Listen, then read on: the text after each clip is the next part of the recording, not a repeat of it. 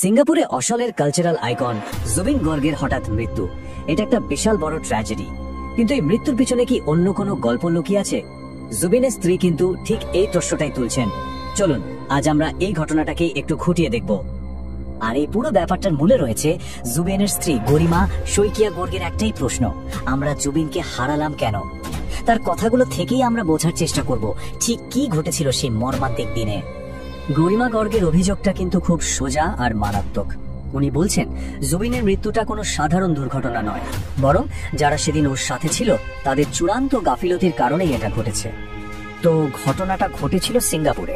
জুবিন ওখানে গিয়েছিলেন একটা নর্থ ইস্ট ফেস্টিভ্যালে গান গাইতে, মানে এটা একটা প্রফেশনাল ট্রিপ ছিল, কিন্তু সেই শোটা আর করা হলো না, তার আগেই সব শেষ হয়ে গেল।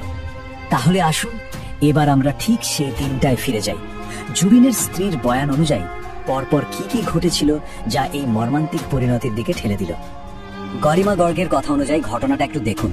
18 তারিখ রাতে জুবিন শেষবার যখন স্ত্রীর সাথে কথা বলেন তখন কিন্তু বাইরে যাওয়ার কোনো কথাই ছিল না, কিন্তু ঠিক তার পরের দিন 19 তারিখে ওকে একটা ইয়ট রাইডে নিয়ে যাওয়া হয়, যেটা একদমই প্ল্যান করা ছিল না। আর এটা সেই সময় যখন উনি সাধারণত কোনো বড় শো এর আগে রেস্ট নেন। এর পরের ঘটনাগুলো আরো অদ্ভুত। সাঁতার কেটে ওঠার পর ওকে দেখে স্পষ্ট বোঝা যাচ্ছিল যে ও খুব ক্লান্ত, তার সত্ত্বেও ওকে আবার জলে নামতে দেয়া হয়, তাও কোনো লাইফ জ্যাকেট ছাড়া। এরপরেই ঘটে দুর্ঘটনা। আর সবচেয়ে চিন্তার বিষয় হলো মেডিকেল হেল্প আসতে অনেক অনেক দেরি হয়ে যায়। এই যে ঘটনাগুলো আমরা দেখলাম, এখান থেকেই কিন্তু বেশ কিছু প্রশ্ন উঠছে। গরিমা গর্গের সন্দেহগুলো ঠিক কি কি? প্রথমত, এই বেড়াতে যাওয়ার প্ল্যানটা হঠাৎ করে হলো, আর এমনও হতে পারে যে জুবিনকে একরকম জোর করেই নিয়ে যাওয়া হয়েছিল।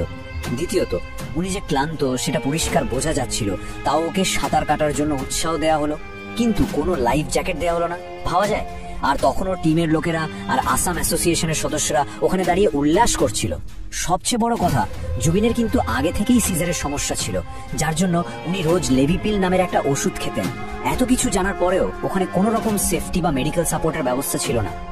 ঘটনার পর পরিবার যখন মরিয়া হয়ে জানতে চাইছে যে ঠিক কি হয়েছে, তখন তাদের যা বলা হলো সেটা ছিল আরো বিভ্রান্তিকর। একটার সাথে আরেকটার কোনো মিলই ছিল না। দেখুন দুদিকে কি বলা হচ্ছে। পরিবারকে প্রথমে জানানো হলো জলে নামার পর জুবিনের সিজার বা খিঁচুনি হয়েছিল, কিন্তু পরিবারের কাছে এটা অদ্ভুত লাগছিল, কারণ হ্যাঁ জুবিনের সিজারের সমস্যা ছিল, কিন্তু উনি তো কয়েক মিনিটে ঠিক হয়ে যেতেন। তারপর বলা হলো ওকে সিপিআর দেয়া হচ্ছে। এটা শুনে তো পরিবার আরো অবাক, কারণ জুবিনের তো হার্টের কোনো সমস্যাই ছিল না। আর তারপর ম্যানেজারের সাথে প্রথমবার কথা হওয়ার পরই সব যোগাযোগ বন্ধ। কোনো ছবি নেই, কোনো ভিডিও নেই, কোনো আপডেট নেই। একটা নিশ্চিদ্র নীরবতা যা সন্দেহকে আরো বাড়িয়ে দিচ্ছিল। অবশেষে পরিবারের এই আকুতি আর ঘটনার গুরুত্ব বুঝে একটা অফিসিয়াল তদন্ত শুরু হয়েছে, আর এতেই ন্যায় বিচারের একটা আশা তৈরি হয়েছে। তো কি কি ব্যবস্থা নেওয়া হয়েছে? আসাম সরকার একটা স্পেশাল ইনভেস্টিগেশন টিম মানে এসআইটি তৈরি করেছে। এর মধ্যেই জুবিনের ম্যানেজার আর একজন ইভেন্ট অর্গানাইজারকে অ্যারেস্ট করে গুয়াহাটিতে আনা হয়েছে। আর পুরো ঘটনার আসল সত্যিটা খুঁজে বের করার জন্য তদন্ত চলছে। এত কিছুর পরেও গরিমা গর্গ কিন্তু আইনের ওপর ভরসা রেখেছেন। উনি বলেছেন, আমার আইনি ব্যবস্থার উপর গভীর বিশ্বাস আছে, আমরা খুব শীঘ্রই ন্যায় বিচার পাব। উনি বিশ্বাস করেন সত্যিটা ঠিক বেরিয়ে আসবে। কিন্তু প্রশ্ন হলো, জুবিন গর্গের মৃত্যু কেন শুধু একটা পরিবারের ক্ষতি নয়? কেন এটা গোটা রাজ্যের, গোটা দেশের মানুষের কাছে এত বড় একটা ধাক্কা? কেন লাখ লাখ মানুষ ওর জন্য রাস্তায় নেমে এসেছিল? চলুন এবার সেটাই একটু বোঝার চেষ্টা করি। এই একটা তথ্যই হয়তো বুঝিয়ে দেওয়ার জন্য যথেষ্ট। জুবিনের শেষ যাত্রায় যে ভিড়টা হয়েছিল সেটা আসামের ইতিহাসে দ্বিতীয় বৃহত্তম জনসমাগম। একবার ভাবুন, প্রচন্ড গরম উপেক্ষা করে হাজার হাজার লাখ লাখ মানুষ শুধু তাদের প্রিয় শিল্পীকে শেষ বিদায় জানাতে রাস্তায় দাঁড়িয়েছিল। এটাই প্রমাণ করে মানুষের মনে জুবিন ঠিক কোন জায়গায় ছিলেন। জুবিন শুধু একজন শিল্পী ছিলেন না, তার স্ত্রীর কথা শুনলে বোঝা যায় উনি ছিলেন মানুষের মানুষ। রোজ সকাল থেকে নাকি ওনার বাড়ির সামনে লম্বা লাইন লেগে যেত। কেউ আসতো চিকিৎসার সাহায্যের জন্য, কেউ আর্থিক সমস্যার কথা বলতে, কেউ বা ছেলে মেয়ের পড়াশোনা বা পারিবারিক সমস্যা নিয়ে। আর জুবিন তার আয়ের প্রায় পুরোটাই এদের পিছনেই খরচ করে দিতেন। একজন সবজিওয়ালা থেকে শুরু করে রিক্সা চালক সবাই ছিল ওর বন্ধু। জুবিন নাকি প্রায়ই বলতেন, আমি কোনো ফ্যামিলি পার্সন নই, আমি হলাম মানুষের জন্য।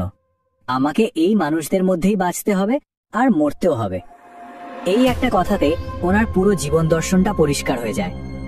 উনি যা কিছু করতেন কোনো নাম বা খ্যাতির জন্য নয়, করতেন শুধু মানুষের জন্য। তদন্ত চলছে, হয়তো একদিন সত্যিটা সামনে আসবে, কিন্তু প্রশ্নটা থেকেই যাচ্ছে, জুবিন গর্গের মৃত্যু কি শুধু একটা মর্মান্তিক দুর্ঘটনা ছিল, নাকি এর পেছনে ছিল চরম অবহেলা, যার উত্তরটা এখনো আমরা খুঁজে চলেছি। অপেক্ষাটা সেই সত্যেরই।